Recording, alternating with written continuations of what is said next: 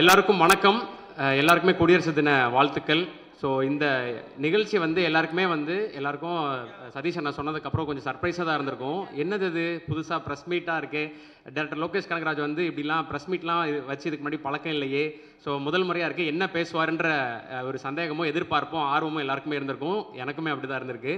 So என்னென்ன விஷயங்கள் பேச போகிறாருன்ற அந்த ஆர்வம் அப்படின்றதெல்லாம் தாண்டி, ஸோ ரொம்ப நாள் ஆச்சு அவர் வந்து மீடியாவை அட்ரஸ் பண்ணி. ஏன்னா ரிலீஸ் சமயத்தில் வந்து இப்போ கூலி சமயத்துலையுமே வந்து அவர் வந்து அந்த பிஸி வேலைகளை வந்து மீடியாவை அட்ரஸ் பண்ணல. ஸோ என்னெல்லாம் பேச போகிறாரு, அடுத்தடுத்த அப்டேட்ஸ் எல்லாம் என்னென்னவா இருக்க போகுது அப்படின்ற ஆர்வம் இருக்குது. ஸோ இது எல்லாத்துக்குமே பதிலாக தான் அவருடைய ஸ்பீச் வந்து இருக்க போகுது.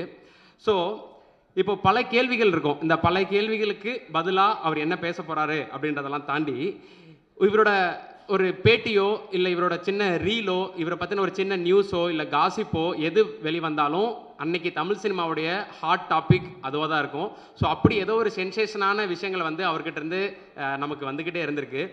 ஸோ ஒரு டேரக்டர் கிட்ட இருந்து இவர் எங்கே வேறுபடுறாரு அப்படின்னா, ஒரு டேரக்டர் கிட்ட அவரோட அடுத்தடுத்த படங்கள் என்ன அப்படின்றது அவருக்கோ இல்லை அவரை சுற்றி இருக்க நண்பர்களுக்கோ இல்லை அவரோட அசிஸ்டன்ட் டைரக்டர்ஸ்க்கோ தெரிஞ்சிருக்கும். ஆனால் இவரை பொறுத்தவரையில் அவரை ஃபாலோ பண்ணுற எல்லாருக்குமே வந்து அவருடைய அடுத்தடுத்த படம் இதுதான் அப்படின்றது வந்து ஒரு மாதிரி யூகிக்க முடியும். ஸோ அந்த மாதிரியான ஒரு ரிலேஷன்ஷிப் தான் வந்து டேரக்டர் லோகேஷ் கனகராஜ் அவருக்கும் ஃபேன்ஸ் ஆகிய மக்களுக்கும் மீடியாவுக்கும் இருந்திருக்கு. ஸோ அப்படி நம்ம அடுத்து இவர் தான் இந்த படம் தான் பண்ணுவார் அப்படின்னு நம்ம எதிர்பார்த்துட்டு இருந்த சூழலில் யாருமே எதிர்பார்க்காத மாதிரி நம்ம அசரடிக்கிற வகையில் அவருடைய அடுத்தடுத்த படங்களுக்கான அனௌன்ஸ்மெண்ட் வரும். அப்படி தான் ரீசெண்டாக ஆக்டர் அல்லு அர்ஜுன் அவர்களோட லோகேஷ் கனகராஜ் அவர்கள் டைரக்ட் பண்ணுற படத்துக்கான அனௌன்ஸ்மெண்ட் வந்துச்சு. ஸோ இவ்வளோ வருஷமாக 2016 இருந்து இத்தனை வருஷமாக ஓவர் த இயர்ஸ் கேமராக்கு பின்னாடி பயங்கரமாக தன்னோட ஸ்டைலிஷான ஒரு மேக்கிங் மூலிமா நம்மளை வந்து என்டர்டெயின் பண்ணிக்கிட்டு இருந்தவர், இப்போது கேமராக்கு முன்னாடி ஆன் ஸ்க்ரீனில் டிசி மூலிமா தேவதாசா கலக்க காத்திருக்காருன்னு தான் சொல்லணும். அந்த படமும் ரிலீஸ்க்கு ரெடி ஆகிட்டு இருக்கு அப்படின்றதான் சொல்கிறாங்க. ஸோ இந்தியாவுடைய one of the most wanted director, இந்த ஜென்ரேஷனுடைய மோஸ்ட் செலிப்ரேட்டட் டைரக்டர் திருமிகு லோகேஷ் கனகராஜ் அவர்களை அன்புடன் பேச அழைக்கிறேன். எல்லாருக்கும் வணக்கம்.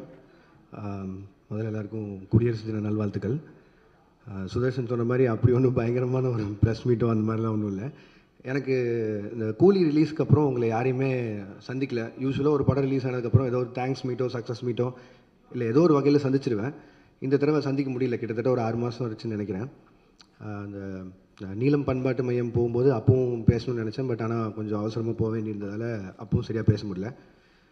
ஸோ அடுத்த படத்துக்கு மூவ் ஆகிறதுக்குள்ளே என் சைட்லேருந்து ஒரு 2-3 விஷயம் நிறைய இந்த சோஷியல் மீடியாவில் போயிட்டு இருந்தது. அதுக்கு நான் அட்ரஸ் பண்ணணும்னு நினச்சேன். ஸோ அதுக்காக தான். ஸோ முதல்ல கூலியிலேருந்தே ஆரம்பிச்சுதான் நினைக்கிறேன். முதல்ல மக்களுக்கு நன்றி. 35 நாள் கிட்ட கூலி தியேட்டரில் ஓடிச்சுன்னு நினைக்கிறேன். நான் வசூல் அதை பற்றி பேச விரும்பல. ஒரு லாபகரமான படம்னு சன் பிக்சர்ஸ் சொன்னாங்க.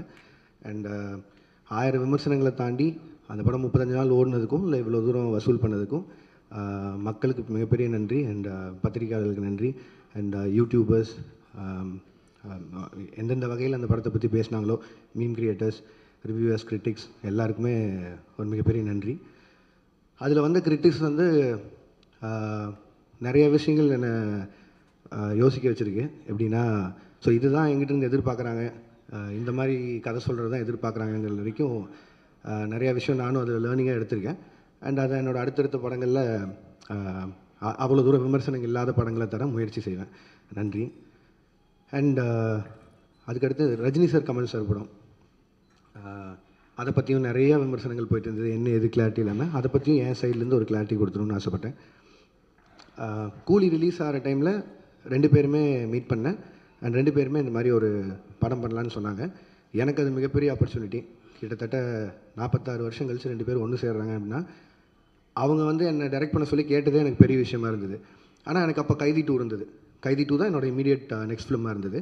பட் ஆனால் இந்த ஆப்பர்ச்சுனிட்டி மிஸ் பண்ண முடியல. ஸோ அதனால் நான் ப்ரொடக்ஷன் சைடில் சொல்லிவிட்டு நான் இந்த படம் முடிச்சுட்டு வந்துடுறேங்க, ஏன்னா இது திருப்பி இப்படி ஒரு ஆப்பர்ச்சுனிட்டி கிடைக்காதுன்னு சொல்லிட்டு நான் வந்துட்டேன். ஒரு 1.5 மாதம் சின்சியராக எழுதினேன். முடிஞ்ச அளவுக்கு ட்ரை பண்ணேன் 2 பேரையும் வச்சு ஒரு படம் பண்ணுறதுக்கு. 1.5 மாதம் கழித்து நேரில் போய் மீட் பண்ணி 2 பேருக்கும் தனித்தனியாக நரேஷன் போச்சு. 2 பேரும் ஈக்குவலாக எக்ஸைட் ஆனாங்க கதை மேலே. பட் ஆனால் என்னென்னா, 2 பேரும் நிறைய ஆக்ஷன் ஃபிலிம்ஸ் கண்டினியூஸாக பண்ணிகிட்ருக்காங்க. ஜெயிலர் 2 வரைக்கும் ரஜினி சார் ஆகட்டும், இப்போது கமல் சாரோட அடுத்து அன்பரி மாஸ்டர் டைரெக்ஷனில் வர படமாகட்டும். ஸோ எல்லாமே ஹெவி ஆக்ஷனாக இருக்குது. திரும்பவும் கேப் இல்லாமல் இன்னொரு ஆக்ஷன் போகணுமாங்கிறது அவங்களுக்குள்ள ஒரு கேள்வியாக இருந்து அண்ட் 2 பேரும் ஒரு லைட் ஹார்ட்டட் ஃபிலிமாக எதிர்பார்த்துட்டு இருக்காங்கிறது தான் எனக்கு அது மூலிமா தெரிஞ்சு 2 பேரும் சொன்னாங்க. பட் லைட் ஹார்ட்டட் ஃபிலிம் எனக்கு பண்ண வராது அண்ட் அதை நான் ஜெனுனாக சொல்லிட்டு வெளில வந்துட்டேன். பட் ஆனால் நான் இப்போது சொல்லிட்டு போனதுக்கப்புறம் எப்போ திருப்பி வருவேன்னு தெரியாது கார்த்தி சாருக்கும் அவங்க டீமுக்கும். ஸோ அதனால் அவருக்கு கைதி 2க்கு இருந்த ஸ்லாட்டுக்கு இன்னொரு டைரக்டர் கொடுத்துட்டாரு. இதுதான் ஆக்சுவலாக நடந்தது. அண்ட் அந்த கேப்பில் வேறு என்ன பண்ணலாம் அப்படின்னு யோசிக்கும்போது மைத்ரி பிக்சர்ஸ் வந்து அவங்க எனக்கு கிட்டத்தட்ட ஒரு 6 இயர்ஸ் முன்னாடியே ஒரு அட்வான்ஸ் கொடுத்துருந்தாங்க. சரி அந்த கமிட்மெண்ட்டை கிளியர் பண்ணிடலான்னு யோசிக்கும்போது எனக்கு அல்லு அர்ஜுன் சார் ரொம்ப பிடிக்கும். ஒரு 3-4 வருஷமாக பேசிகிட்டு இருக்கோம் ஏதோ ஒரு படத்தில் கொலாப் பண்ணலான்னு. ஸோ இது எல்லாமே சேர்ந்து அமைஞ்சு வந்த மாதிரி இருந்தது. ஸோ இந்த கேப்பை யூஸ் பண்ணி இப்படி ஒரு படம் பண்ணிட்டு வந்துடலான்னு யோசிச்சது தான். அதுவும் நிறையா சம்பளம் கேட்டேன், அதனால கைதி 2 பண்ணல அப்படிலாம் போட்டுருந்தாங்க. அப்படிலாம் இல்லை, சம்பளம்ன்றது உங்களுக்கு தெரியும், மார்க்கெட்டும் ப்ரொடியூசரும் நிர்ணயிக்கிறது தான். நான் எவ்வளோ டிமாண்ட் பண்ணாலும் நம்ம படம் என்ன பண்ணியிருக்கோம் அதுக்கு தகுந்த மாதிரி தான் நம்ம சம்பளமும் இருக்கும். ஸோ அந்த ஒரு விஷயம் கிளியர் பண்ணணும்னு நினச்சேன். லாஸ்ட் வீக் அவங்க எல்லோரையும் மீட் பண்ணி பேசிட்டேன். ஸோ என்னோடய அடுத்த படம் கைதி 2வாக தான் இருக்கும். அது ஏன் நான் ரொம்ப சால்ட்டாக சொல்கிறேன்னா, அந்த எல்சியூ இல்லை, எல்சியூ க்ளோஸ் ஆகிடுச்சு அதெல்லாம் போட்டிருந்தாங்க. அது வந்து ஜி ஸ்குவாட் இல்லை. ஜி ஸ்குவாட் க்ளோஸ் பண்ணுறதுனா நான் க்ளோஸ் பண்ணிடலாம். எல்சியூன்றது வந்து ஃபர்ஸ்ட் ஆஃப் ஆல் அந்த பேரே நான் வைக்கல. அது வந்து ஃபேன்ஸாக அவங்க தியரியில் எல்சியூன்னு ஒரு நாள் சொன்னது, நான் அதை ஃபாலோ பண்ணிருக்கேன். ஸோ அதை டக்குன்னு நான் ஒருத்த மட்டும் முடிவு பண்ணி இல்லை எல்சியூவில் படம் வராது அப்படிலாம் சொல்ல முடியாது. கைதி 2 ஆகட்டும், விக்ரம் 2 ஆகட்டும், ரோலக்ஸ் இண்டிவிஜுவல் ஃபிலிம் ஆகட்டும், இதெல்லாம் என்னோடய கமிட்மெண்ட்ஸ். ஸோ இதை நான் பண்ணாமல் போக முடியாது, இது எல்லாமே என்னோடய கமிட்மெண்ட்ஸ். ஸோ அதனால் எல்சியூ மூடப்படலை, திருப்பி ஓப்பன் ஆகும். இந்த அல்லு அர்ஜுன் சார் படம் முடிச்சோன்னே அது இப்போ தான் ஆக்சுவலி ப்ராப்பராக ஓப்பன் ஆகும்னு நினைக்கிறேன். அண்ட் அதுக்குள்ளே ப்ரொடக்ஷனில் பென்ஸ் இருக்குது, அதுவும் எல்சியூக்குள்ளே தான் வருது. ஸோ ஏதோ ஒரு பாயிண்டில் எல்சியூ சம்மந்தமான படங்கள் வந்துகிட்டே இருக்கும். அண்ட் இதுதான் மொத்த clarity. And Aamir Khan sir படத்தை பற்றியும் சொன்னாங்க. ஆமீர் கான் சாரும் நானும் ஒரு படம் பண்ணுறதா இருந்து அண்ட் இப்பவும் பேசிட்டு தான் இருக்கோம். இத்தனை கமிட்மெண்ட்ஸ் எனக்கும் இருக்குது, அவருக்கும் நிறைய கமிட்மெண்ட்ஸ் இருக்குது. ஸோ அது எப்போன்னு தெரில, பட் ஸ்டில் அது பேசிகிட்டு இருக்கோம்.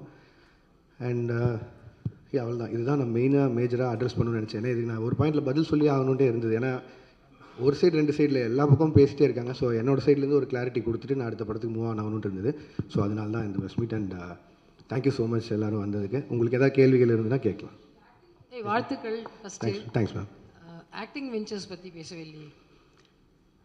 அதான் மேம் இப்போ தான் ஆரம்பிச்சிருக்கு, ஒரு 2 ஸ்கெடியூல் முடிஞ்சிருக்கு. அது அருண் பேசினா நல்லாயிருக்கும்னு நினைக்கிறேன், அதனால் நான் பேசணும்னு நினைக்கிறேன்.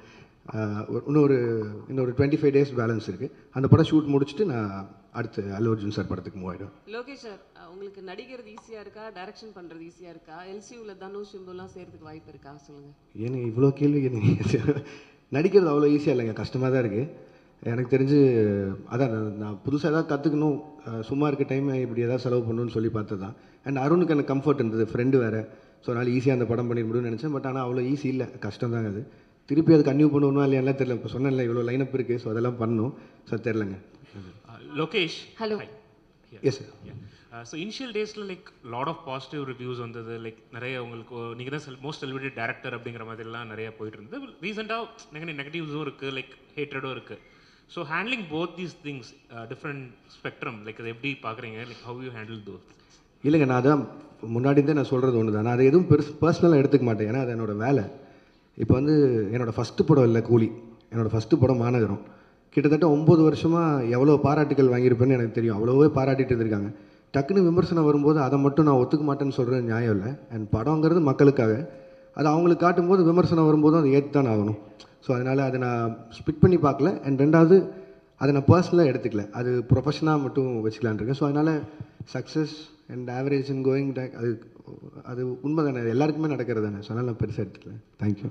Hello, hi sir. Bhuvanish from the Hindu. You have a very loyal and passionate fan base, sir. அவங்க உங்களுக்கு கிரிட்டிசைஸ் பண்ணுறப்போ கூட it comes from a place of emotional investment that they've had over the years. இவ்வளோ படங்கள் பண்ணதுக்கப்புறம் how do you now define the relationship that you have with your audience? இல்லைங்க, அவங்க ஜெனுவனாக பேசுகிறதுல it is not just criticism, but அதில் ஏதோ ஒரு அக்கறை இருக்குதுன்னு நான் பார்க்குறேன்.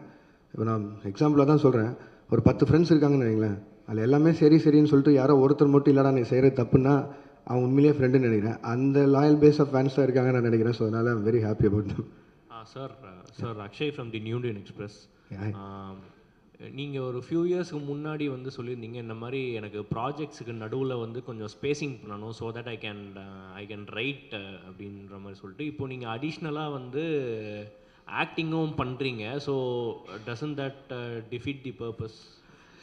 இல்லைங்க, அப்படி பார்த்தா I can take lot of breaks. But பிரச்சனை என்னென்னா, இப்போ சொன்ன இந்த கமிட்மெண்ட்ஸ் எல்லாம் இருக்குல்ல, இது எல்லாமே ஒரு டைம் லைனில் இப்படி போகும்னு நினச்சி பண்ணுறோம். அது நடக்காமல் போகும்போது நம்மளுக்காக வெயிட் பண்ணுற ஹீரோஸ் இருக்காங்க, நமக்காக வெயிட் பண்ணுற ப்ரொடியூசர்ஸ் ஆகிடுறாங்க. ஸோ அதில் நிறைய அவங்களோட ஃபண்ட்ஸ் இன்வால்வ் ஆகுது. ஸோ என்னோடய பிரேக்ஸ் வந்து அதில் அப்படி ஆகாது. அண்ட் இது நான் மெயினாக பண்ணணும்னு நினச்சது காரணம் என்னென்னா, ஆஃப்டர் கூலி ஐ நோ ஐல் டேக் ஒரு 7-8 months பிரேக்குன்னு சொல்லி. ஸோ அந்த கேப்பில் ஒன்று பண்ணலான்னு யோசிக்கும் போது தான், அண்ட் அருண் எக்ஸ்பிளைன் பண்ணும்போதும் இந்த ஃபிலிமுக்கு ஒரு 60 days போதும் அப்படிங்கிற மாதிரி இருந்தது. ஸோ அதனால் என்னால் ஈஸியாக பண்ணிட முடியும். எதிர் வேறு எங்கேயாவது ஒரு வெக்கேஷன் போகிறதுக்கு பதிலாக இதில் போனால் கொஞ்சம் அப்சர்வ் பண்ணலாம், கற்றுக்கலாங்கிற ஒரு பாயிண்ட் தான். பட் இப்போ நம்ம ஏற்கனவே எழுதி வச்சிருந்த கதைனா அவ்வளோ ஒர்க் பண்ண தேவையில்லை. ஐ மீன் இப்போதைக்கு அதை எவ்வளோ தூரம் கான்டெம்பரரி அடாப்ட் பண்ண முடியுமோ அதுக்கு மட்டும் பண்ணிட்டு போயிடலாம். புதுசாக போய் ஃப்ரெஷ்ஷாக ஒரு கதை எழுதணுன்னா பிரச்சனை தான். ஸோ இந்த வயசில் ஓடி பார்த்தலாங்க தான்.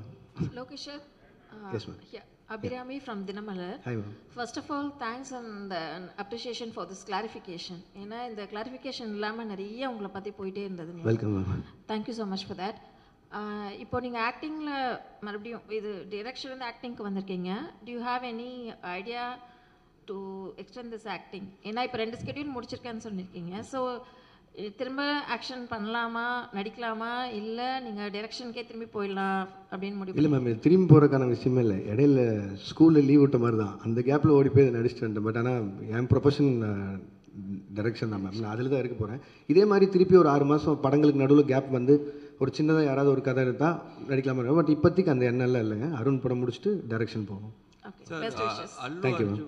சார், அல்லு அர்ஜுன் படம் இரும்பு கை மாயாவியா? சார், இரும்பு கை மாயாவி அந்த கதை தான் அல்லு அர்ஜுன் பண்ணுறேன். இல்லை சார், அது வந்து இப்போ தான் அனௌன்ஸே பண்ணியிருக்காங்க சார் அந்த படத்தை பற்றி. ரெண்டாவது அவங்க ப்ரொடியூசர் சார்பாக அவங்க சைட்லேருந்து வர அனௌன்ஸ்மெண்ட் வர வரைக்கும் மட்டும் வைக்கலாம். இப்போதைக்கு ஒரு படம் பண்ணுறோம் சார். லோகேஷ் சார் இங்கே. Yes sir. சார், அதாவது கூலி படம் ரிலீஸ்க்கு முன்னால் நீங்கள் சில இன்டர்வியூஸ்லாம் கொடுத்தீங்க. அதை வந்து ஆடியன்ஸ் பாயிண்ட் ஆஃப் வியூவில் வந்து அது ஒரு எக்ஸாஜரேஷன்னு நினச்சிட்டு அதை பற்றி சோஷியல் மீடியாவில் வந்து உங்களை பற்றி நெகட்டிவிட்டியோடு பேச ஆரம்பிச்சாங்களான்ற மாதிரி தான் தோணுது. அது உண்மையிலே என்ன தான் நடந்துச்சு சார்? நீங்கள் சொன்னது என்ன, செஞ்சது என்ன, மக்கள் மத்தியில் எப்படி போய் சேர்ந்துச்சு சார்? இப்போ நான் சொன்னாலும் திருப்பி அதான் நடக்க போகுது சார். நான் வந்து ஒரு படத்தோட கலெக்ஷனை பேஸ் பண்ணி ஒரு படம் பண்ண முடியாதுங்கிறது அது என்னோட ஐடியாலஜி. சினிமாவை நான் 1000 கோடி சம்பாரிச்சு காட்டுறேன்னு ஒரு படம் எழுதவே முடியாது. நான் அதான் முன்னாடின்னு சொல்கிறேன். பட் ஆனால் என்னென்னா, நம்ம டெக்னீஷியன்ஸும் நம்ம கூட இருக்கவங்க யார் எவ்வளோ சொன்னாலும் அவங்க அந்த படத்து மேலே இருக்க எக்ஸைட்மெண்ட், ரஜினி சார் மேலே இருந்த எக்ஸைட்மெண்ட், அவ்வளோ ஸ்டார்ஸை பார்த்த எக்ஸைட்மெண்ட்டில் இந்த 1000 கோடிங்கிற பிரச்சனையை ஆரம்பிச்சிடுவாங்க ஸ்டார்டிங்லேருந்து. இப்போ அதனால் 500 கோடிக்கு சம்பாரிச்ச படம் கூட இப்போ வந்து நான் பதில் சொல்கிறேன் அங்கே ஆயிடுச்சு. கிரிட்டிசிசம் அதெல்லாம் வெட்டலாம். பட் ஆனால் கொடுத்த இன்டர்வியூஸுமே சரி, நான் இதை ரொம்ப ஸ்ட்ரெஸ் பண்ணியே சொல்லிட்டு இருந்தேன். இந்த மாதிரி 1000 கோடிங்கிறத ப்ரெஷரைஸ் பண்ண வேணாம், அப்படி ஒரு படமாக எக்ஸ்பெக்ட் பண்ணாதீங்க. ஒரு commercial film Rajini sir enjoy பண்ணுற மாதிரி ஒரு படம் இருக்கும் தான் நான் முன்னாடி இந்த எல்லா இன்டர்வியூலையும் சொன்னேன். பட் எனக்குமே வந்து ஏதோ ஒரு பாயிண்டில் ஒரு டிரான்ஸ்பரன்சி, ஒரு அளவை மெயின்டைன் பண்ணுங்கிறது நான் இந்த படத்துலேருந்து என்னோடய லேர்னிங்காக இருக்க போகுது. ஏன்னா எவ்வளோ பேசினா போதும். ஏன்னா நான் ரொம்ப கனெக்ட் ஆகி நிறையா ஃப்ரெண்ட்ஸோடு உட்காந்து பேசுகிற மாதிரி பேசிடுறேன். அது வந்து ரொம்ப எக்ஸாஜரேட் ஆன மாதிரி ஆகிடுது. ஸோ படம் ரிலீஸ்க்கு அப்புறம் அதுவே எனக்கு பேக் ஃபயர் ஆகிற மாதிரி ஆகிடுது. ஸோ நான் இதுக்கு மேலே வரும்போது கொஞ்சம் டிரான்ஸ்பரன்சி மெயின்டைன் பண்ணிக்கணும்னு நினைக்கிறேன். சார், இதோட கண்டினியூஷனாக நான் கேட்குறேன். It is not only because of you. நீங்கள் ஒருத்தர் கொஸ்டினில் நிறைய செலிபிரிட்டிஸ்க்கு வந்து இந்த ஐடி விங் ஆட்டம் வச்சுருக்காங்க sir. They have a social media team ஆட்டம். அந்த டீமை அட்மினிஸ்ட்ரேட் பண்ணுறவங்க வந்து அவங்க போடக்கூடிய சில ட்வீட்ஸோ இல்லை சோஷியல் மீடியாவில் போடக்கூடிய பதிவோ இட் பிகம்ஸ் அ பேக் ஃபயர்ன்ற மாதிரி ஆகிடுது. ஏன்னா உங்களை பற்றி நீங்கள் சொல்லாதே எக்ஸாஜரேட் பண்ண மாதிரி ஒரு படம் வந்து உங்களன்னு சொல்லலை, இன் ஜென்ரல் நான் ஆஸ்கிங்.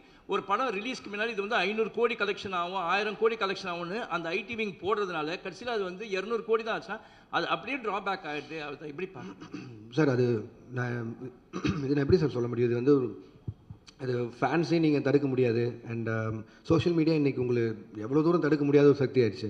அதில் நீங்கள் ரிவ்யூஸோ எதுவுமே எல்லாமே அவங்கவுங்களோட எண்ணம். அவங்க காசு கொடுக்குறாங்க, படம் பார்க்குறாங்க, இன்னும் அதை பற்றி போடுறாங்க. அவங்களுக்கு இருக்கிற ஒரு படத்து மேலே இருக்க எக்ஸைட்மெண்ட்டை வச்சு போகிறாங்க. அவங்களுக்கு அந்த எக்ஸைட்மெண்ட் குறைஞ்சிருச்சுன்னா எங்களுக்கு இங்கே வேலையே இல்லை. ஸோ அதனால் அவங்க எக்ஸைட்டடாக இருக்கிறத நம்ம தப்புன்னு சொல்ல முடியாது. அட் த சேம் டைம் இது நீங்கள் சொன்ன மாதிரி இந்த ஐடி விங் வச்சு பேசி எனக்கு அதில் எப்படி நம்பிக்கை இல்லைன்னா, இல்லை எனக்கு புரியுது சார், எனக்கு புரியுது சார். ஒரு படம் நல்லா இருந்ததுன்னா யாருமே தடுக்க முடியாதுன்னு நான் நினைக்கிறேன். நான் அதை ரொம்பவும் நம்புகிறேன். நான் உதாரணமாக மற்ற படங்கள் எடுக்காமல் என் படத்தை எடுக்கிறேன். மாநகரம் ரிலீஸ் ஆகும்போது யாருக்குமே அங்கே அடையாளமே கிடையாது, சந்தீப் ரஜினா தான். பட் அந்த படத்தை கொண்டு போய் சேர்த்தது நீங்கள் தான். அன்றைக்கி 50 நாள் ஓடிச்சு. அப்போது அதுக்கு நல்லா இருக்குங்கிற மாதிரி தான் ஏதோ ஒரு நம்பிக்கையில் போய் அந்த படத்தை போய் பார்த்தாங்க. ஸோ அதனால் அதுக்கப்புறம் எல்லாரும் ஸ்டார்ஸ் கூடயும் வேலை செஞ்சுட்டேன். அவங்களோட போஸ்டர்ஸ் வச்சாலே படம் போயிடும். பட் ஆனால் யாருமே இல்லாமல் ஒரு போஸ்டரில் இருக்கும்போது கூட மக்கள் வந்து பார்த்தாங்க. ஸோ ஒரு படம் நல்லா இருக்குன்னா இது எதுவுமே தடுக்காதுங்கிறது நான் நம்புகிறேன் சாலிடாக. Sir okay sir Lokesh sir, இப்போ உங்களோட ஃப்யூச்சர் ப்ராஜெக்ட்ஸ் பற்றி நிறைய வந்துட்டு இருக்கு செய்திகள். அப்படி ஒன்று வந்தது தான் ஹிந்திக்கு போயிட்டு நீங்கள் அமீர் கானோட பண்ண போகிறீங்க அப்படின்னு சொல்லிட்டு, அது ஃப்யூச்சரில் மெட்டீரியலைஸ் ஆகிறதுக்கு வாய்ப்பு இருக்கா? சார் ஒரு 3-4 தடவை மீட்டிங் போச்சு. எனக்கு அவர் சின்ன வயசுலேருந்து ரொம்ப பிடிக்கும். அவர் ஒரு பெரிய ஃபேன் தான். அண்ட் அவரும் வந்து என் ஒர்க் ரொம்ப பிடிச்சுன்னு சொல்லி தான் அவர் கூலிலேருந்து படம் பண்ணணும்னு பேசினார். பட் ஆனால் நான் சொன்னேன் சார் இங்கே இவ்வளோ கமிட்மெண்ட்ஸ் இருக்குது. அண்ட் சாருக்குமே அவருக்கும் நிறையா கமிட்மெண்ட்ஸ் இருக்குது. ஸோ இதே மாதிரி ஏதோ ஒரு டைம் லைனில் ஏதாவது மிஸ் மேட்ச் ஆகும்போதோ வேறு ஒரு டைம் கிடைக்குதோ அப்படிங்கிறத பார்த்து தான் சார் பண்ண முடியும். பட் ஆனால் we are talking sir. Sir எனக்கு எல்லா ஹீரோஸ் கூடயும் வேலை செய்யணும் சார். அவங்க எல்லாரும் கூடயும் பேசிட்டு தான் இருக்கேன். பட் ஆனால் டைம் லைன் தான் சார் பிரச்சனை. சார் இங்கே ஒரு கேள்வி சார் இங்கே சார் நீங்கள் டிசியில் பண்ணிகிட்டு இருக்கிறதா, டிசியில் இப்போ பண்ணிக்கிட்டு இருக்கீங்க. அதேமாரி ஜனநாயகன்லேயும் ரிப்போர்ட்டராக பண்ணிகிட்டு இருக்கீங்க அப்படின்றதும் தகவல் வந்துச்சு. அது நீங்கள் எப்படி பார்க்குறீங்க? அதுக்கப்புறம் 2 கேள்வி ஆரம்பிச்சிடறேன். இந்த சென்சார் இஷ்யூ கூலிலையும் ஏ சர்டிஃபிகேட் வந்திருந்தது, ஜனநாயகன்லேயும் அது பாதிக்கப்பட்டிருக்கு. அது எப்படி சார் பார்க்குறீங்க இந்த 2 கொஸ்டின்? சார் டிசியில் ஆமாம் சார் அது பண்ணிருக்கேன். அது அருண் மாதேஸ்வரன் படம். இது வந்து ஹெச் வினோதனாவும் விஜயனாவும் ஒரு நாள் கூப்பிட்டாங்க. ஸோ அது கேமியா பண்ணேன். அது அவ்வளோதான் என்னால் சொல்ல முடியும். அதுக்கு மேலே அவங்க பேசிங்க. அண்ட் ரிகார்டிங் சென்சார் போர்ட், நான் கூலி சொல்லணுன்னா அதுக்கும் நிறைய விமர்சனம் வந்தில்லை. ஏன் ரஜினி சார் ஏ சர்டிஃபிகேட் அப்படின்னு சொல்லி. சரி, ஏ சர்டிஃபிகேட் வாங்கணும்னு போல எனக்கு என்ன ஆச்சுன்னா, சென்சார் போர்டில் ஃபர்ஸ்ட் சென்சார் பண்ணி முடிச்சோன்னே தி அட்வைஸ் வித் 35 கட் சொன்னாங்க.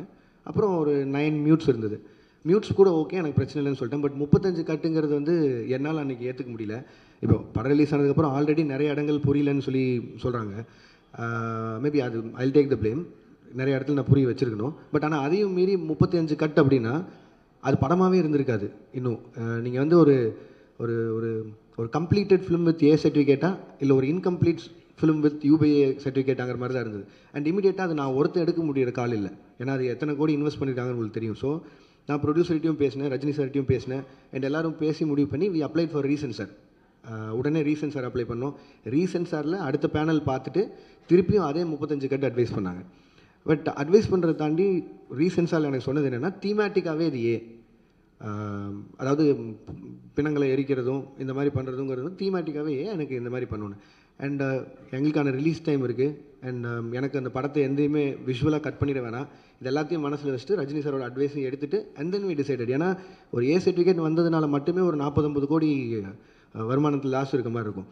பட் ஆனால் அது சன் பிக்சர்ஸ் எனக்கு கொடுத்த ஃப்ரீடம், ரஜினி சார் எனக்கு கொடுத்த ஃப்ரீடம், லோகேஷ் உங்கள் காலாக இருக்கட்டும், உங்களுக்கு என்ன தோணுதோ பண்ணுங்கன்னு. நான் ஒரு கம்ப்ளீட் ஃபிலிமாக இருக்கணும்னு சொல்லி தான் ஏ சர்டிஃபிகேட் கொடுத்துக்கிட்டது. இல்லைனா ஆப்வியஸாக இன்னும் கொஞ்சம் அதிகமாக சம்பாதிக்க போகுதுன்னா நான் வேணான்னு தான் சொல்லியிருப்பேன். பட் இதுதான் ஆக்சுவலி நடந்தது. அண்ட் ரிகார்டிங் ஜனநாயகன் எனக்கு நீங்கள் வினோத நாடு தான் கேட்கணும். நான் சென்சாருக்குள்ளே போகல, அதனால் நான் சொல்ல முடியாது. Thank you sir. இங்கே கேள்வி, ஒரு இயக்குனராக இருந்து நடிகர்களை இயக்குனதுக்கும் இப்போ நீங்களே வந்து ஒரு நடிகராக மாறினதுக்கும் என்ன வித்தியாசம் தெரியுது? இப்போ உங்களுக்கு வந்து நடிகராக இருக்கிறது சுகமாக இருக்கா? இப்போ தான் உங்கள்கிட்ட நாங்கள் சொன்னேன். ஆனால் உங்களுக்கு தம்ப்நெயில் வேணும். அதுக்காக சுகமாலாம் இல்லை, நான் நல்லா இல்லை, கொஞ்சம் கஷ்டமாக தான் இருக்குது. டைரக்ஷன் நமக்கு தெரிஞ்ச வேலை செய்கிறதுக்கும் தெரியாத வேலை செய்கிறதுக்கு வித்தியாசம் தான். சார் மீனாட்சி சுந்தரம், உங்கள் படங்களில் நிறைய வன்முறை இருக்குது, வெட்டு குத்து ரத்தம் குரூரெல்லாம் இருக்குது. இது வந்து சமூகத்துக்கு நல்லது இல்லை. லோகேஷ் கனகராஜ் ஒரு மனநல டாக்டர் கூட பார்க்கணும் அளவுக்கு உச்சமாக கமெண்ட் வந்தது. அதை பற்றி என்ன நினைக்கிங்க? 1. 2வது, ஜனநாயகன் நீங்கள் மலேசியாலாம் போய் விஜய் சாருக்கு நிறைய சப்போர்ட் பண்ணீங்க, சினிமா வாழ்க்கைக்கு அண்ணன் நீங்கள். அடுத்து இந்த ஏப்ரல் மே பிரச்சாரத்துக்காக போவீங்களா? அந்த வகையிலையும் சப்போர்ட் இருக்குமா? காலையில் நேரம் ஏன்னா சொல்லிடுறேன். இல்லை, நான் அந்த வன்முறை இது வந்து ஆனால் இப்போ நான் வந்து ஒரு சினிமா டைரக்டர் ஆகணும்னு நினச்சி வரும்போது, நான் சின்ன வயசுலேருந்து என்ன படங்கள் பார்த்து வந்தேனோ நான் ஒரு ஆக்ஷன் ஃபிலிம் டைரக்டர் ஆகணும்னு தான் வந்தேன். நான் தேவர் மகன் விருமாண்டியெல்லாம் பார்த்து தான் வந்தேன். நான் மனநல மருத்துவமனைக்கெலாம் போகல, நான் டைரக்டர் ஆகணும்னு முடிவு பண்ணி தான் இங்கே வந்தேன். அண்ட் இப்போ அதையும் தாண்டி இப்போது கில்பில் ஆகட்டும், வெளிநாட்டு படங்கள் பார்த்தா அதுக்கும் ஆஸ்கர்லாம் கிடைக்குது, அதாவது ஆக்ஷன் படங்களுக்கு. ஸோ இப்போ நம்ம இந்த இந்த இந்த ஜென்ரேஷனில் இருக்கவங்க எல்லாருமே கம்பேர் பண்ணுறதே வந்து கேம் ஆஃப் த்ரோன்ஸ் பார்க்குறாங்க, பிரேக்கிங் பேட், டெக்ஸ்டர் எல்லாத்தையும் பார்த்துறாங்க. நான் சொல்ல இதுவே 10 வருஷம் ஆயிடுச்சு இதெல்லாம் வந்து. அப்போ என்னென்னா அவங்க ஆன் பார் நாங்கள் பார்க்குற இந்த வெப் சீரிஸ் அளவுக்கு இருக்கா அப்படிங்கிறதா கம்பேரிசன் வைக்கிறாங்க. அதுக்காக வயலன்ஸ் பண்ணி ஒரு படத்தை பண்ணுறது மட்டும்தான் ஹாலிவுட் லெவலுக்கு கம்பேர் பண்ணுறது நான் சொல்ல, அதையும் காரணமாக வைக்கிறாங்க. ஒரு 2.5 மணி நேரம் நீங்கள் தேட்டருக்குள்ளே வந்ததுக்கு நான் உங்களை என்கேஜாக வச்சுக்கணும்னு நினைக்கிறதே எனக்கு அவ்வளோ பெரிய சேலஞ்சாக இருக்குது. இதில் இந்த சோ கால்டு வயலன்ஸ்னே நான் வயலன்ஸ்னே சொல்ல விரும்புகிறேன், அது ஒரு ஆக்ஷன் படம். எப்படி ஜாக்கி சானை பார்த்தோம், எப்படி ப்ரூஸ்லி பார்த்தோம், அர்னால்டோ பார்த்தோம், இப்படிலாம் பார்த்து தான் வந்தோம். அதுக்கப்புறமா ரஜினி சார் பார்த்தோம், நம்ம ஊர்லேயே கமல் சார் பார்த்தோம், எல்லா ஆக்ஷனும் விஜயகாந்த் சாரோட ஒன்று தேட்டரில் விடாமல் பார்த்தோம். இதெல்லாம் தான் ஒரு ஆக்ஷன் டைரக்டர் ஆகணும்னு மாற்றுறது. இது எப்படின்னா, இப்போ வந்து ஏதோ ஒரு பக்கம் பார்த்துட்டு இந்த மாதிரி நீங்கள் சொன்ன மாதிரி இன்ஃப்ளூயன்ஸாக இப்படி பண்ணுறாங்க அப்படின்னா, அது அவ்வளோ ஈஸியாக அப்படி சொல்லிட்டு கடந்து போகிற விஷயம் இல்லைண்ணே. ஒரு தப்பு நடக்குது, அதுக்கு இந்த டேரக்டரோட படம் தான் காரணம்னு சொல்லிட்டா அது அவ்வளோ ஈஸி இல்லைண்ணே. இப்போ எனக்கு ஒரு பொறுப்பு இருக்கணும்னு சொல்கிறீங்களே, இருக்குது, சமூக பொறுப்பு இருக்குது, ஓகே, நான் வயலன்ஸ் கம்மியாக பார்க்குறவங்களுக்கும் அந்த பொறுப்பு இருக்கணும் இல்லைண்ணே. அப்புறம் எதுக்குன்னு படிக்கிறோம், எதுக்கு இத்தனை பேர் அப்பா அம்மா வளர்த்து எவ்வளோ பேர்கிட்ட அட்வைஸ் கேட்குறோம், எல்லாருமே இருக்குல்ல. ஸோ அது ஈஸியாக கடந்து போகிற விஷயமே இல்லைன்றேன். அதையும் மீறி உங்களை ஒரு சினிமா ஒரு 2.5 மணி நேரம் பொழுதுபோக்கு படம் உங்களை மாற்றுதுன்னா மனசார நம்ம எவ்வளோ வீக்காக இருக்கும். அப்போ நாளைக்கு எதில் வேணாலும் இன்ஃப்ளூயன்ஸ் ஆகும்ல, அது நம்ம தானே, நம்ம கையில் தானே இருக்குது. அதுக்கு அதை காரணம் காட்டிடக்கூடாதுன்னு சொல்கிறேன். 2 சைடும் பொறுப்பாக இருக்கணும்னு தான் நான் சொல்கிறேன். லோகேஷ் பிரச்சாரம் தானே இல்லைண்ணே, அரசியலுக்கு எனக்கு என்னென்ன சம்பந்தம். ஒரு இப்போ தேவதாஸ் படம் பண்ணுறீங்க, தேவதாஸில் இந்த கெட்டப் தானா? ஏன்னா தேவதாஸ்னாவே தாடி வச்சுன்னு தான் வரணுமா? இல்லை லோகேஷ் கனகராஜ் வந்து அது மாதிரி மென்ஷன் பண்ணுறாங்களா? அதுக்கப்புறம் வந்து நீங்கள் நடிக்க போகிறேன்னு சொன்ன பிறகு எந்தெந்த ஆக்டர் வந்து உங்களை வந்து நடிக்காத நீ டைரக்டே பண்ணுன்னு சொன்னாங்க? ரஜினி சார், கமல் சார் என்ன சொன்னாங்க? இல்லைண்ணே, இந்த ஃபஸ்ட்டுக்கு லைன் ஆஃப் கேள்விக்கு வந்து அருண் தான் பதில் சொல்லணும். தேவதாஸ் தாடி வச்சிருக்கணுமா வச்சிருக்கூடாதா அதெல்லாமே அவன் தான் பதில் சொல்லணும். இது வந்து அவன் இப்படி வர சொன்னான், அதனால் நான் இப்படி நடிச்சிருக்கேன், அவள் தான் என்னால் பதில் சொல்ல முடியும். அண்ட் இல்லைண்ணா, நான் ரஜினி சார்கிட்ட போகிறதுக்கு முன்னாடி அவர் தெரியும் நான் நடிக்கிறேன். நான் இப்போ கூலியிலேருந்து வரும்போது அவர் வாழ்த்துக்கள் தான் சொன்னார், கமல் சார் வாழ்த்துக்கள் தான் சொன்னார். அண்ட் நான் விஜயநாட்ட பேசினேன், அவர் வாழ்த்துக்கள் சொன்னார். அண்ட் சேது நான் மீட் பண்ணும்போது பேசினேன். அவள் தான் யார் அன்றைக்கி பார்க்குறோமோ அது மட்டும் தான் மீட் பண்ணி பேசணும். அண்ட் இன்னொரு கிளாரிட்டியும் கொடுக்கணும்னு நினச்சி, இந்த நீங்கள் இந்த ரஜினி சார் கமல் சாரை பற்றி பேசினால அவங்க 2 பேரை வந்து அன்ஃபாலோ பண்ணிட்டேன் ட்விட்டர்லேருந்து அப்படின்லாம் சொல்லியிருந்தாங்க. அவங்க 2 பேரும் எந்த இடத்துல இருக்காங்க, நான் அவங்க கூட ஒர்க் பண்ணதையே ஒரு பாகியமாக நினச்சிட்ருக்கேன். நான் ஒரு ஊர்லேருந்து வந்து 2 பேரையும் டைரக்ட் பண்ணிட்டேங்கிறத. ஒரு 2 வருஷத்துக்கு முன்னாடி ஸ்க்ரால் பண்ணும்போது லைக் போட்டதுக்கே நான் எவ்வளோ பதில் சொல்கிறேன், தெரியாமல் லைக் பண்ணதுக்கு எவ்வளோ பதில் சொல்கிறதுன்னு எனக்கு தெரியும். இன்றைக்கி தேதிக்கு அப்படி யாராவது அன்ஃபாலோ பண்ணிட முடியுமா? இல்லை அது எப்படி பாசிபிளாக இருக்கும்? அது ஏன் நான் சொல்கிறேன்னா, இப்போ எங்கள் அம்மாக்கெல்லாம் வந்து ட்விட்டர்னு என்னென்னு தெரியாது, ஃபாலோ அன்ஃபாலோன்னு என்னென்னு தெரியாது. ஆனால் அவங்க எனக்கு ஃபோன் பண்ணி ஏன்டா Kamal sorry Rajini sorry unfollow பண்ணுறேன்னு கேட்குறாங்க. ஏன்னா நான் சொல்கிறது கூட நம்ப மாட்டாங்க, நீங்கள் சொல்கிறது தான் நம்புகிறாங்க. அதனால தான் நான் சொல்லிட்டுருக்கேன். நான் அந்த மாதிரி அன்ஃபாலோ பண்ணுறதோ அப்படி எதுவும் இல்லை.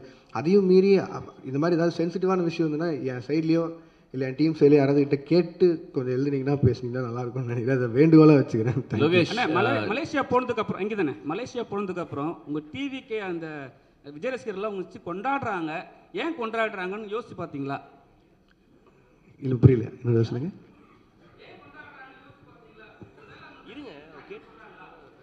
இல்லைங்க, நான் அவருக்கு கூட 2 படம் ஒர்க் பண்ணியிருக்கேன். அந்த 2 படமும் அவங்களுக்கு பிடிச்சிருக்கு, அதனால கொண்டாடுறாங்க. என்ன மட்டும் இல்லையே, நெல்சனையும் கொண்டாடினாங்க, அட்லியும் கொண்டாடினாங்க. லோகேஷ் என்ன சார்? லோகேஷ் ஒரு நிமிஷம் சார்.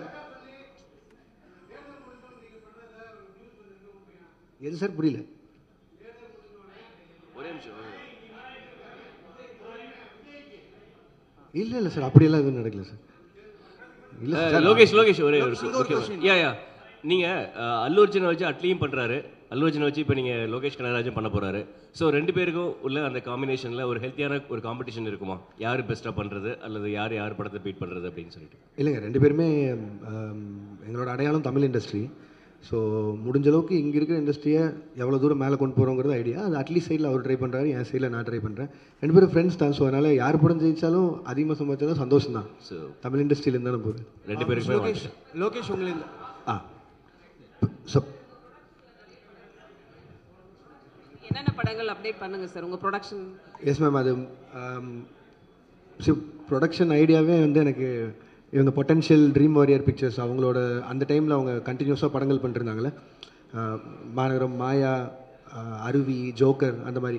ஸோ அது மாதிரியான ஒரு சின்ன பட்ஜெட்டில் படங்கள் பண்ணுங்கிறது ஆசை. இப்போதைக்கு மிஸ்டர் பாரத்னு சொல்லிட்டு நிரஞ்சன் டைரக்டர் அவர் எடுத்த படம், அது முடிஞ்சிச்சு, போஸ்ட் ப்ரொடக்ஷனில் இருக்குது, ரிலீஸ்க்கு தயாராகிட்டு இருக்குது.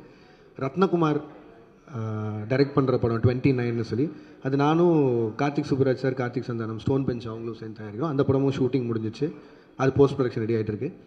அண்ட் பாக்யராஜ் கண்ணன் டைரக்ட் பண்ணுற படத்தில் வந்து பென்ஸ் அது ஷூட் போயிட்டுருக்கு. அது எனக்கு தெரிஞ்சு பெரிய படம், அதனால் அது கொஞ்சம் இன்னும் கொஞ்சம் நிறையா ஷூட் போகும்னு நினைக்கிறேன். ஸோ இதில் மிஸ்டர் பாரத்தும் பென்ஸும் வந்து நான் மட்டும் ப்ரொடியூசர் இல்லை, என் கூட Sudhan sir and Jagadeesh bro அவங்களோட கம்பெனிஸும் இன்வால்வ் ஆயிருக்கு. இதான் இப்போதைக்கு. லோகேஷ் சோஷியல் மீடியாவில் லோகேஷ் எஸ் சார், உங்களை பற்றி சோஷியல் மீடியாவில் ஒரு நடிகையோட சேர்த்து காதல் லவ் அது இதுன்னு வந்துட்டு இருந்தது. ஒன்று நிறையா வந்துட்டு இருந்தது சார். இல்லை நீங்கள் ஏதாவது அந்த மாதிரி போயிட்டு இருக்கா? ஃபேமிலியாக போகிறீங்களா? இல்லை சார், இல்லை சார், எனக்கு ஆல்ரெடி ஃபேமிலி இருக்குது சார், நான் பிள்ளை இல்லை sir. Second family. Thank you sir, thank you sir. Sir இங்கே சார் சார் ஒரே ஒரு சின்ன கேள்வி என்னன்னா, அது முக்கியமான கேள்வியும்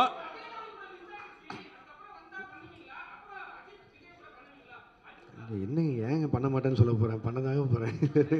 லோகேஷ் ப்ரோ இல்லைங்க, அது மிஸ் ஆகிறது தாண்டி இல்லை, என்னால் அப்படி இல்லை. ஒரு அவங்க நான் ஆக்ஷன் படம் பண்ணணும்னு நினச்சேன், பட் ஆனால் அவங்க ஒரு லைட் ஹார்ட்டட் படம் கேட்டாங்க, என்னால் பண்ண முடியல. அது அந்த டைமில் இல்லை, கண்டிப்பாக வேறு யாராவது பண்ணுவாங்கன்னு நினைக்கிறேன். லோகேஷ் ப்ரோ மக்கள் மத்தியில் பேசப்படுற ஒரே ஒரு விஷயம் என்னன்னா, எஸ் சார், இப்போ சமீப காலமாக வரக்கூடிய படங்களில் இருக்க இயக்குனர்கள் இன்க்ளூடிங் லோகேஷ் கனகராஜ் ஓட படங்களில் வந்து ட்ரக் அப்யூஸ் நிறைய இருக்குது, போதை கலாச்சாரத்துக்கு முக்கியத்துவம் கொடுக்கறதா சொல்லி பரவலான பேச்சு சார். இது நிறைய டாக்டர்ஸ் பேசியிருக்காங்க, அதை பற்றி மக்கள் நிறைய பேர் சொல்கிறாங்க.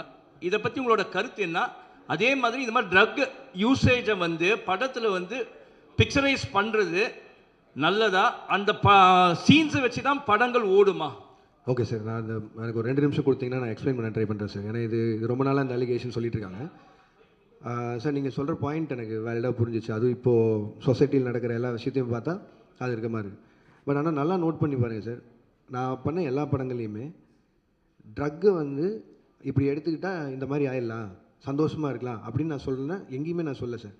நான் கமர்ஷியல் படமே பண்ணாலும் அதில் நான் எனக்குன்னு ஒரு சொசைட்டி கன்சர்ன் இருக்குது சார், அதை மீறி நான் பண்ணதில்லை. நீங்கள் மாநகரம் எடுத்துட்டிங்கன்னா அதில் கடைசியில் அவர் சொல்லுவார், மனுஷங்க செய்கிற தப்புக்கு ஊரை கொத்த சொல்லி எந்த தப்பும் இல்லைன்னு. கைதி எடுத்துட்டிங்கன்னா கார்த்தி சாரும் சரி, மரியம் ஜாட் சாரும் சரி, கடைசியில் இதை எத்தனையும் எரிச்சு தாண்டா போவோம், இந்த நாயினால தான் உருப்படாமல் போகுதுங்கிற ஒரு வார்த்தையை சொல்லி தான் அதை மொத்தம் எரிப்பாங்க. நீங்கள் மாஸ்டரில் எடுத்துட்டிங்கனாலும் நான் இதே தான் சொல்லியிருப்பேன். அது எப்படி 18 வயசு கீழே இந்த உனக்கு ஆகல நீ தேட்டருக்குள்ளே போகாதுன்னு சொல்கிற முடியுதோ, எப்படி வந்து சாராயமும் பீடியும் அவன் கையில் கிடைக்குதுன்னு. கமல் சாரை வச்சு இந்த ட்ரக் ஃப்ரீ சொசைட்டிக்கான மரியாதை என்ன, அது இப்படி ஆச்சுன்னா என்ன ஆகுங்கிறத அவங்க வச்சு சொல்லியிருக்கேன். இது என்னென்னா, எனக்கு கிடைச்ச ஹீரோஸ் மூலிமா எவ்வளோ தூரம் உறக்க இதை சொல்ல முடியுமோ அதை நான் சொல்லிகிட்டே தான் இருக்கேன். அதை நீங்கள் சொல்லணுன்னா ஒரு பாயிண்டில் இவ்வளோ ட்ரக்ஸ் இருக்குங்க. நான் கைதி படம் முடிக்கும்போது முதல்ல 900 கோடிக்கு ட்ரக்ஸ் மாட்டுமான்னு சொல்லியிருந்தாங்க. நான் ஷூட்டிங்கில் இருக்கும்போதே 20,000 கோடிக்கு ஒரு ஊரில் மாட்டுச்சு. ஸோ இது வந்து எதுவுமே நான் சொல்லி தரல. 20,000 கோடி நான் சொன்னது 900 கோடி தான் சொல்லியிருந்தேன். அப்படி பார்த்தாலும் கம்மி ரேஷியோவில் தான் சொல்லியிருந்தேன்.